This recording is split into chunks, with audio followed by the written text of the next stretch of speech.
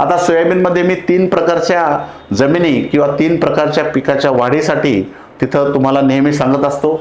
ज्या जमिनीत जास्त सोयाबीनची वाढ होते अशा जमिनीमध्ये फक्त सिंगल सुपर फॉस्फेट तुम्ही एकरी 3 बॅग आणि 25 किलो पोटॅश पेरण्याच्या आधी फेकून दिलं 15 दिवस 20 दिवस किंवा पेरणीसोबत दिलं तरी चालतं. फक्त सिंगल सुपर फॉस्फेट आणि पोटॅश.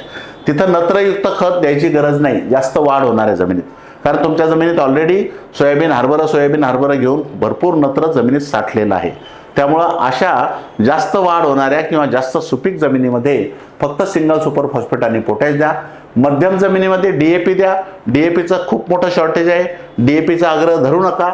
त्याच्याऐवजी 12-32-16 देऊ शकता, 14-35-14 देऊ शकता किंवा 8-21-21 देऊ शकता, 9-24-24 देऊ शकता. यापैकी मी तुम्हाला 5 पर्याय दिले. 10-26-26 देऊ शकता.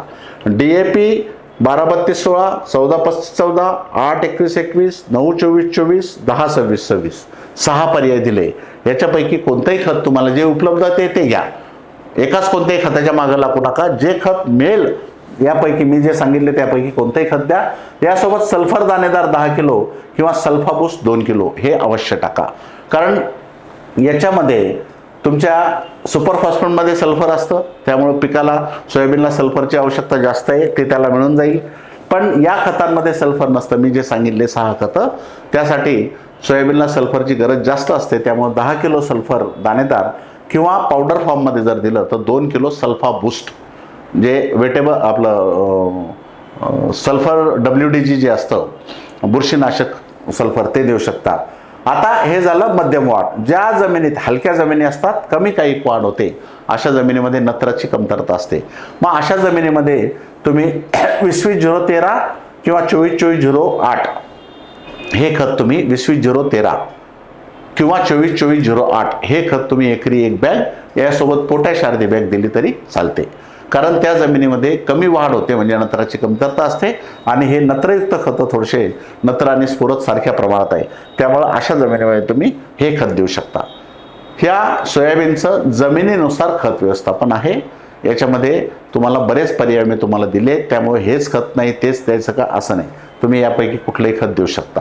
आता जर तुम्हाला जैविक खतं वापरायची असतील, आता बघा यावर्षी तुमची इच्छा असो नसो आपल्याला रासायनिक, म्हणजे हे वर्ष मी असं म्हणेल की खूप चांगली संधी आहे. जैविक खतं वापरून पाहण्याला आणि त्याचे रिझल्ट घेण्यासाठी खूप चांगली संधी आहे. कारण जैविक खतं हे माझ्या माहितीप्रमाणे, माझ्या अभ्यासाप्रमाणे 50% किंवा त्यापेक्षाही जास्त प्रमाणात गरज ही पूर्ण करू शकतात. रासायनिक खताची 50% किंवा त्यापेक्षा जास्त उणीव ती दूर करू शकतात जैविक खतं. जैविक खतं काय असतात? मी तुम्हाला जे सांगितलं की ते जीवाणू आहेत. ते जीवाणू नत्र, स्फुरद, पालाश पिकाला उपलब्ध करून देण्याचा प्रयत्न करतात आणि ते खतं आहेत. त्यात 2 प्रकार आहेत. एक NPK कॉन्सोर्शिया ज्याला म्हणतात, त्यात नत्र देणारे जीवाणू आहे, स्फुरद आणि पालाश तिन्ही जीवाणू त्या सोबतच असतात. वाढीच्या अवस्थेमध्ये कोणत्याही पिकामध्ये पेरणीसोबत तुम्ही रासायनिक खतात मिक्स करू शकता, रेतीत मिक्स करू शकता, मातीत मिक्स करू शकता, पेरणी झाल्यानंतर तुम्ही मातीत मिक्स करून फेकू शकता. कोणत्याही पद्धतीनं तुम्ही जीवाणू खतं देऊ शकता.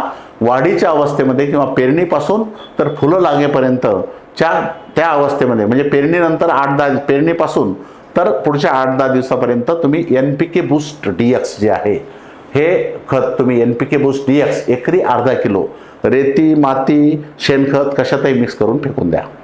जरी तुम्हाला एखाद्या वेळेस रासायनिक खत जरी नाही मिळालं तर जीवाणू खत तुमचं 50% किंवा त्यापेक्षा जास्त पूर्तता रासायनिक खताची तुमची जीवाणू खत करू शकतं.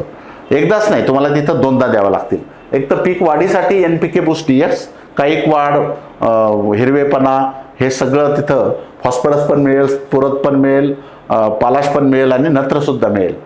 तर पेरणीसोबत किंवा पेरणीनंतर 8-10 दिवसापर्यंत तुम्ही NPK बूस्ट रेती, माती, शेणखतात कशातही मिक्स करून देऊ शकता.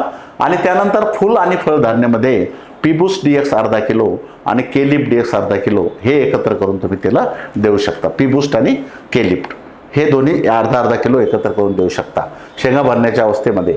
म्हणजे 2दा तुम्हाला सोयाबीन सारख्या पिकामध्ये रासायनिक खताला पर्यायी जीवाणू खतं सुद्धा वापरू शकता. 100% पर्याय होईल असं मी म्हणत नाही, पण बऱ्यापैकी तुम्हाला त्याचा आधार मिळेल की रासायनिक खताची डिपेंडन्सी किंवा अवलंबत्व कमी करण्यासाठी जीवाणू खतांचा वापर आपल्याला करता येतो आणि हे वर्ष आपल्याला जीवाणू खताचा वापर करून पाहायला अत्यंत चांगलं वर्ष आहे. जीवाणू खतं कमी पैशामध्ये मिळतात तुम्हाला, म्हणजे एकरी तुमचा खर्च कमी होऊ शकतो. जमिनीचं आरोग्य हे बिघडत नाही रासायनिक खतासारखं, उलट जमिनीचं आरोग्य सुधारण्यासाठी आणि पर्यावरणपूरक हा खर्च कमी करणारं जीवाणू खताचा वापर आहे. मला असं वाटतं किंवा मी विनंती करेल की यावर्षी तर खतं जर नाही मिळाले किंवा मिळाले अर्धे मिळाले कमी मिळाले तर तिथं जीवाणू खताचा वापर करून पहा. परत मला खात्री आहे की याच्यानंतर तुम्ही नेहमीच जीवाणू खताचा वापर कराल. मग तुम्ही चांगल्या कंपनीचं चांगल्या गुणवत्तेचं कोणतंही जीवाणू खत घ्या. मला आपण जे देतो NPK बूस्ट DX त्याच्यावर किंवा P बूस्ट DX केलिप DX याच्यावर पूर्ण खात्री आहे माझी, त्यामुळे मी तुम्हाला ते सांगतो. पण तुम्हाला ते नाहीच मिळालं तर तुम्ही चांगल्या गुणवत्तेचं चांगल्या कंपनीचं डेक्स्ट्रोज फॉर्ममधलं NPK किंवा phosphorus solubilising bacteria, potash mobilising bacteria घेऊ शकता. विद्राव्य खतं फवारणीच्या अवस्थेमध्ये वाढीच्या अवस्थेत 19-19, फुटवा अवस्थेत 12-61, फुलधारणा अवस्थेत 0-32-34 जर नाही मिळाले तुम्हाला रासायनिक खतं नाही मिळाले तर फवारणीद्वारे सुद्धा तुम्ही 4 ग्रेड वाढीची अवस्था, फुलधारणा, फळधारणा, पक्वता अशा 4 ग्रेड 4 अवस्थेमध्ये जर फवारले तरी सुद्धा तुमचं काम होऊ शकतं. फार घाबरण्याची गरज नाही. नाहीच मिळालं रासायनिक खत तर जीवाणू खताचा वापर करून आपण पीक घेऊ शकतो किंवा विद्राव्य खताचा सुद्धा फवारणीतून सुद्धा वापर करून आपण पीक घेऊ शकतो. या पद्धतीने झालं सोयाबीन. त्यानंतर सोयाबीनमध्ये ठिबकद्वारे जर द्यायचं असेल तर तेच वाढीच्या अवस्थेमध्ये 19-19, फुटवा 12-61, फुलधारणा 0-32-34, शेंगा परिपक्वता 13-0 किंवा बिग बी या पद्धतीनं ठिबकद्वारे सुद्धा तुम्ही खतं देऊ शकता.